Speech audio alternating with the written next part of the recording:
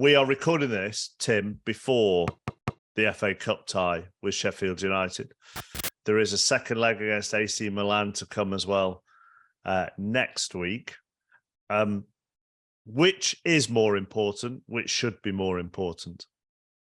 To a club like Spurs, the Champions League has to be more of a priority, and they've reached the final in pretty recent times. But obviously, realistically, the FA Cup is, especially with how the draws opened up a little bit this year. They've generally, this is a kiss of death here, and people who listen to this tomorrow will find this hilarious if Spurs have lost. But they've generally only lost to the sort of the top end Premier League teams this season. Arsenal twice, City, Newcastle, Man United. Lost to Liverpool. They just had a couple of wobbles, one against Leicester and one against Villa, but generally they will dispatch of poorer teams. If they get through against Sheffield United, they've got a decent chance. My one concern in terms of fighting for a trophy for Spurs this season is that they look incapable of fighting on three fronts. As mentioned earlier with the squad rotation, they've struggled to fight on one front at times this season, let alone three.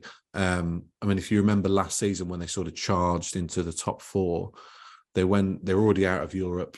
That had happened before Christmas, and then they lost in the FA Cup to Middlesbrough on this day. I think it was March the 1st. And then they ended the season with 11 wins in 14, and kind of got on this role of picking the same team every week and generally winning every week. So if they're still in both of those cup competitions in the next few weeks, then they're going to have to start making priorities, because they just haven't got the squad to compete on multiple fronts. I think a big part of the issue here is that Conte's strengths have always been league football. Like, he's always been about play the same guys every single week, every single league game, and we'll get a lot of points. That was the foundation of his successes at Juve, Inter, and Chelsea. And even the second half of last season with Tottenham, he's not someone who, he only really wants to have about 12 players in his squad. He's not someone like Guardiola and Klopp have shown over the last 5 years, who have the capacity to rotate between a sort of 15, 16 man squad to play to a high standard multiple times a week in different competitions. That's just not really the Conte approach. And so I think the chances, it's great that Tottenham are at the time of recording in 3 competitions, and you'd have to say the chance of them winning the Champions League are low. And the Premier League, I think the best they can do is probably 4th. But I think that realistically, I think they probably will have to prioritise. I asked Stellini in the press conference yesterday, what will your priority be over the last phase of the season? He said, well, we don't prioritise, we just want to win every game, which is what managers always say. But I think they will. I think they will struggle to maintain that assault on all 3 fronts between now and the end of May. Fans must look, Jack, bizarrely, I do keep coming back to Newcastle and Manchester United, but fans must look at that League Cup final and the atmosphere at the League Cup final and the interest in the League Cup final. I think, blimey, we want some of. I know Tottenham spent a lot of time at Wembley, but they must think like that. And I know the danger is you always come out in the quarterfinals away at Manchester City, and you think that's probably that. But Tottenham fans must look at it and think, blimey, we could be in the FA Cup final here. Yeah, it is weird that they've only had. Since they won the League Cup in 2008, I think they've been in 3 other League Cup finals off the top of my head. Won the first year after 2009, 2015, which they lost, 2015, which they lost, and then 2021, which they lost. But it was one of the first games back after COVID, so there are only a few thousand people there, so it doesn't really feel like a proper fans' day out. So, and they haven't been in an FA Cup final for a long time either. So. It is quite strange that a team which has been routinely finished in the top 4 or certainly the top 6 has been to so few domestic finals, and I'm sure that Tottenham fans do feel a bit of a sense of when's our big day out. You've written on it though on the Athletic about Tottenham and winning trophies. Or Tottenham not winning trophies, actually. Well, yeah. So there's certainly a big group of Spurs fans for whom the lack of trophies is a sort of damning judgment against ENIC. So you'll see banners saying longest trophy drought for 70 years at games. And so to some fans, it is hugely important. Other fans might say, well, we've had some pretty good times in the last 15 years, you know, the Harry Redknapp years, the Pochettino years. Football's not only about trophies, it's about the journey as well. I know this is something that some Spurs fans do feel very strongly. And I know that at the top of the club, the priority is not always to win a cup for the sake of winning a cup. It's about, you know, building the brand. It's not a nice phrase, but that is kind of the view.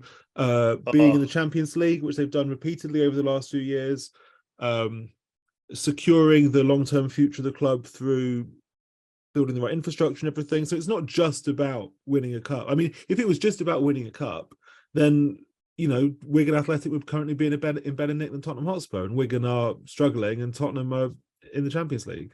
But the Wigan fans who went to Wembley and won the FA Cup would take that and accept the relegation from the Premier League every single time. I haven't spoken to them all, but I'm fairly sure about that. How the club has been maybe they would post Dave Whelan is a different subject. But to win the FA Cup. But that's not to say that Tottenham fans would exchange their last 10 years for those of Wigan. And if you'd say to Tottenham fans, okay, well, we'll give you the 2013 FA Cup, but at the cost of which we'll have there won't be a Pochettino era, there won't be Ajax, there won't be Champions League final in Madrid, all the rest of it. So it's not certain to me that fans are. Look, put it like this: there's a broad range of views amongst the fans, sure, and they don't all care quite the same way about the trophy drought issue. And Jack has mentioned this word, and I kind of want to hit myself over the head, Tim, before even asking this question. But, you know, Enoch would say that the brand is very strong. Ugh, it's horrible, isn't it? Yeah. I don't know. I think it's quite embarrassing that Spurs haven't won a trophy for so long, to be honest. Even allowing for all the off-field success, you know, the teams that they've had, the managers they've had, the players they've had. They've had Mourinho and Conte, you know, Harry Kane, one of the best strikers the game's ever seen. To not win a trophy, yeah, I'd be angry if I was a Spurs fan. But that's just how I support a team. I think the game is all about glory and winning trophies, and that's what you should be striving to do at the cost of anything else. Although they have, I mean, you know, everybody says this. The stadium is amazing, and actually, as a fan, to get to go to a stadium where you are looked after as you are, I mean, you know, you have to pay for it. Obviously, is very nice, shall we say? And what the club have done in developing their ties with other sports has to be applauded. The NFL, they've announced this week as well, haven't they, that they're building a karting track under the stadium as well. I mean, on a business level, you do have to applaud some of the partnerships that they have. Beyonce's there this summer, isn't she, as well? You have to applaud the partnerships that they've gone into. Yeah, that they've built. Definitely to be applauded. And, you know, as I mentioned the accounts earlier, they'll be on for record revenues this year. You know, they are catching up with the clubs they're trying to compete with, and it is very impressive. The press release for that F1 karting thing. Oh my god! I love. What did it say? Can I read it? Can I read it? Because honestly, this is up there with the old. We've got 1 billion followers on Facebook, so it doesn't matter whether we win anything. Line that's come from another club that I've mentioned several times. But honestly, this paragraph, with music, concerts, boxing, and rugby now also being staged in London N17, it means an estimated 5.9 billion people globally are interested in events held at the Tottenham Hotspur Stadium. That equates to nearly 80% of the world's population. Now, you can decide whether they meant this or not, but to suggest that 80% of the world's population are interested in what's going on at the Tottenham Stadium is some stretch. My favourite reply to that tweet was that they sell water at the stadium, so 8 billion people must be interested. Yeah, that was ludicrous. But this is it. This is owners versus fans and priorities. I mean, even when I was covering Wolves Chappers, it was the same. That they didn't seem that particularly bothered about winning a trophy. It was all about growing the brand, even at a club like Wolves, you know, and opportunities overseas and esports and fashion and whatnot. So yeah, the transformation has been impressive. You know, when I was growing up, Spurs were always a cup team who were mostly hilariously bad in the league, and went through, you know, some really awful managers, and it's completely flipped now. You know, they're no longer a cup team, but they have a very good record in the league over the past 10 years. You know, they'll always be top 6 or thereabouts. It's just about getting that balance now between consistency and winning.